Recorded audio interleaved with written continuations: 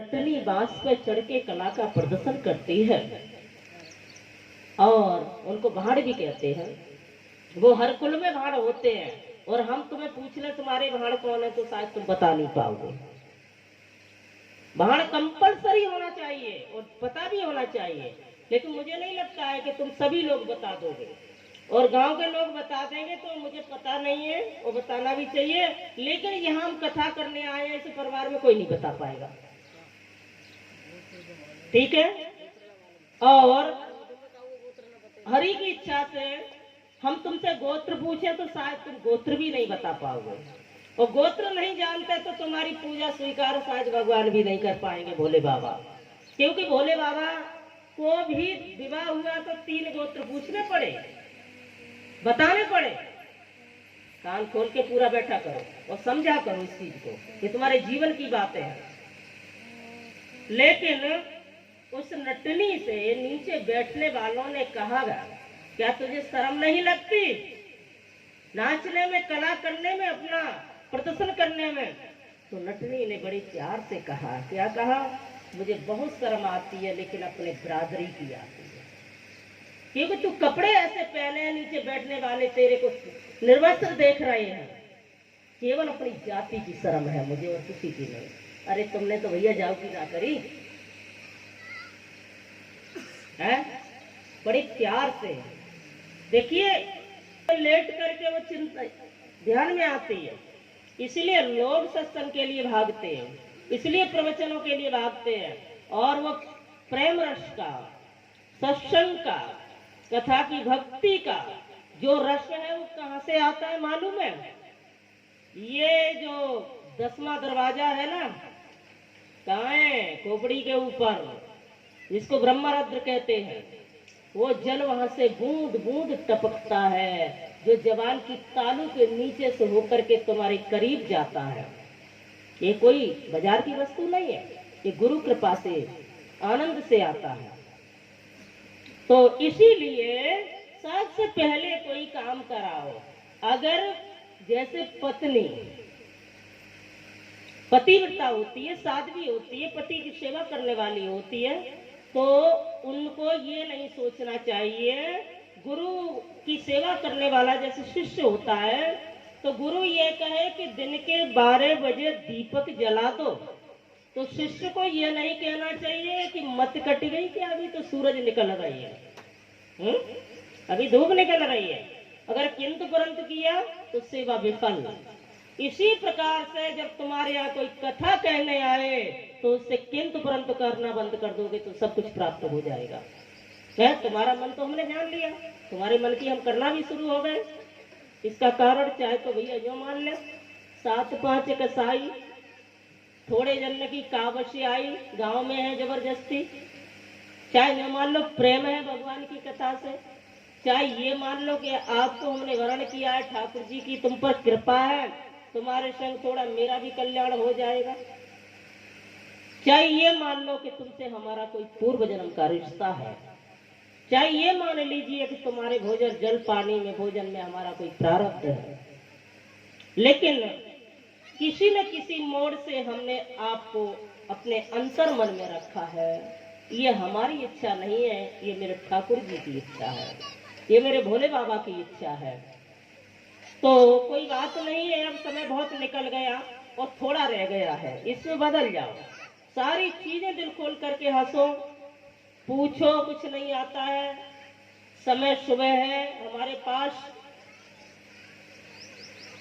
9 बजे से लेकर के 11 बजे तक, इन 2 घंटों में गांव के बाहर बस्तियों से भाई लोग, माताएं बहनें, घर के लोग का कोई टाइम नहीं है जो जजमान है, बाकी सबके लिए 9 बजे से 11 बजे तक 2 घंटे का समय है। और 2 घंटों में आकर के आप जो भी पूछ सकते हो हम आपके लिए तत्पर हैं, ठीक है। देखो कुछ भजन साधना भी करने पड़ते हैं एकांत में, तो उसमें समय दिया जाता है, ऐसा कुछ नहीं है। और कुछ प्राप्त कर लो, मेरी यही इच्छा है और कोई इच्छा नहीं है। बोले गोविंद भगवान की जय। भगवान भोलेनाथ ने, शिव बाबा ने इस धरती पर आकर के कुछ देना चाहा आप लोगों को, तभी तो मंदिर बनाया, समझ पाए। तो उसने सब कुछ अपने अंदर समाहित कर लिया। पहले स्वयं उन्होंने बर्दाश्त किया है, तब तुम्हें सिखाया है। हर मान पुरुष की यही रीति है। पहले उन्होंने चोटें खाई हैं। एक पत्थर का टुकड़ा लेकर के जब मूर्ति बनाया जाता है तो दिन रात हथौड़े चलते हैं उस पर। हथौड़े की चोट जो पत्थर झेलता है वही तो मूर्ति बनता है। टूट जाता है वो वहीं डाल दिया जाता है। इस संसार रूपी सागर रूपी पहाड़ में जीवन रूपी टुकड़ा मनुष्य का एक टुकड़ा है, जिसपे बुराई और भलाइयों के हथौड़े पड़ेंगे प्यारे। इनको दिमाग में मत रखिए, लेकिन तुम्हें जो शुभ अवसर मिला है उसका आनंद प्राप्त कर लीजिए। बोलिए गोविंद भगवान की जय। आकवत तो रोत के, बड़े ऋषि मुनियों की गुरुओं की ये कहावत है। बोले बाबा की दशा आपको समझाते हैं। स्वामी कार्तिकेय जी उनके पुत्र हैं। भगवान गणेश महाराज जी उनके पुत्र हैं। मैया पार्वती सब कितने प्रेम से इकट्ठे बैठे रहते हैं। तो क्या संदेश दिया है उन्होंने, जो संतों ने वाणी से बताया है कि आकवत तो रोत की, छोड़ मोई भोलेनाथ ने, और गले में भुजंग पड़ो, जीव को लप लपात है। गले में भुजंग पड़ो, जीव को लप लपात है। स्वामी कार्तिकेय नेत मोर पे सवार है, और नाए हमने वो कमहूं कमावत ही देखो है। 24 घंटे मोर पे ही उड़ते रहते हैं, कभी काम धंधा नहीं करते हैं, और फिर भी अपने पास इतना खजाना रखते हैं कि संसार को बांटते बांटते बांटते बांटते कम नहीं होता है। जितना प्रेम बांटोगे उतना ही बढ़ेगा, जितनी सेवा बांटोगे उतना ही बढ़ेगी, और जितना सेवा करोगे उतना ही तुम्हें प्राप्त होगा। और इतना ही नहीं, ऋषि मुनि महान आत्माओं ने धर्म की व्याख्या की है।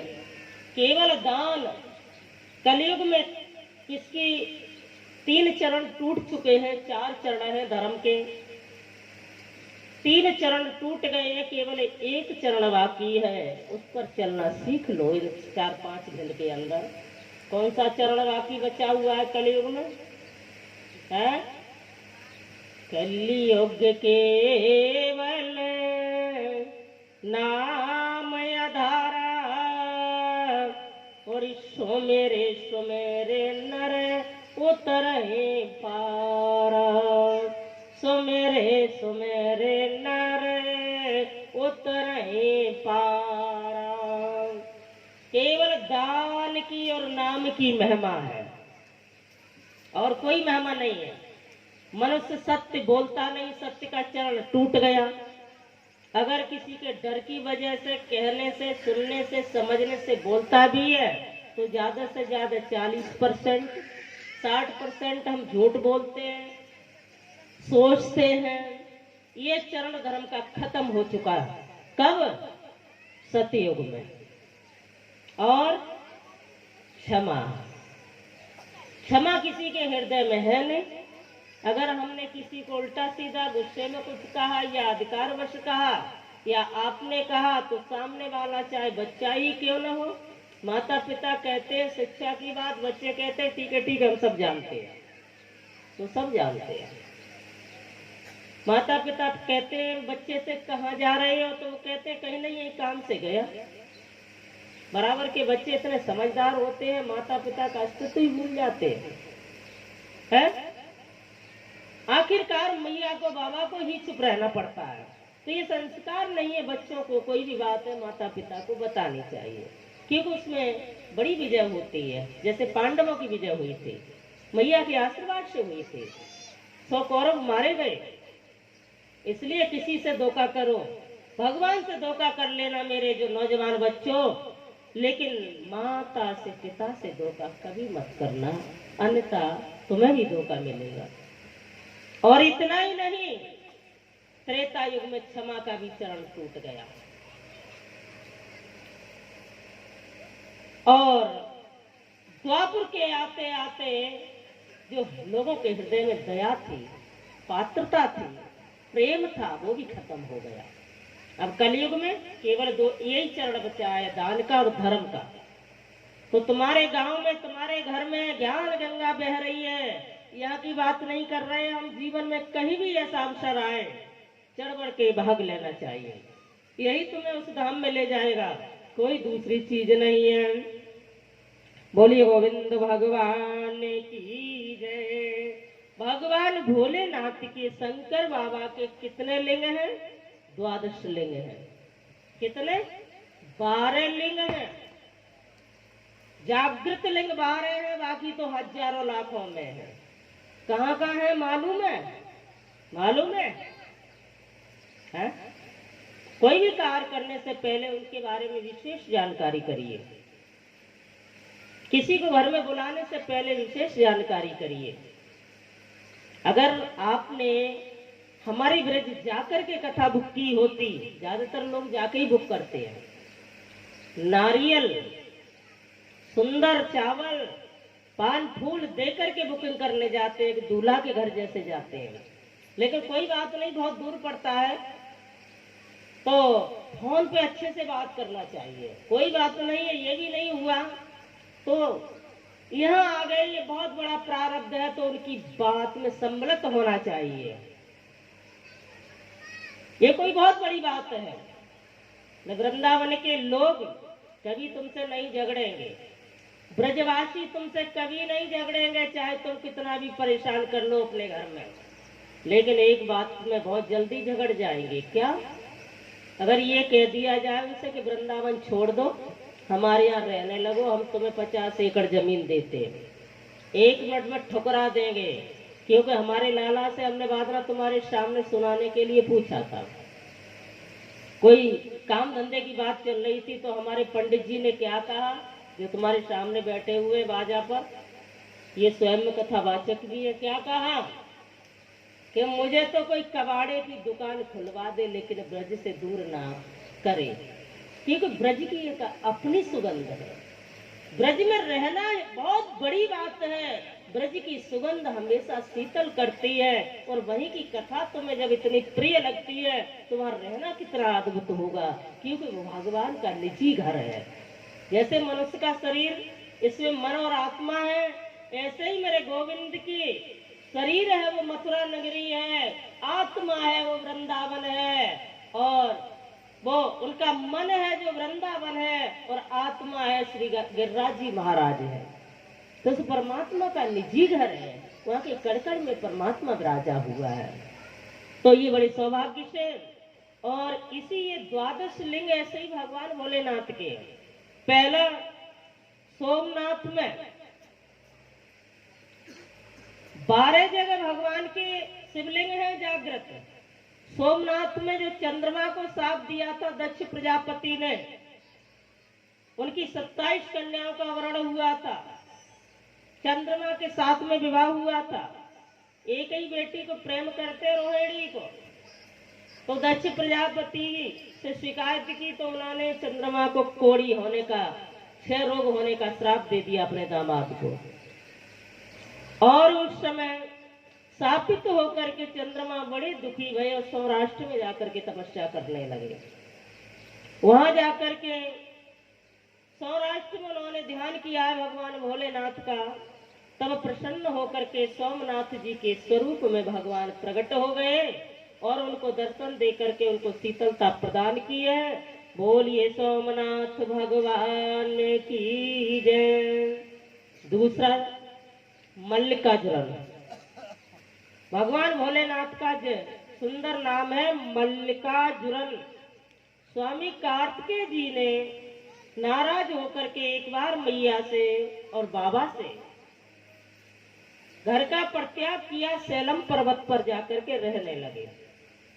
और उस समय मैया भी गई बुलाने और बाबा भी गए बुलाने भोलेनाथ, लेकिन स्वामी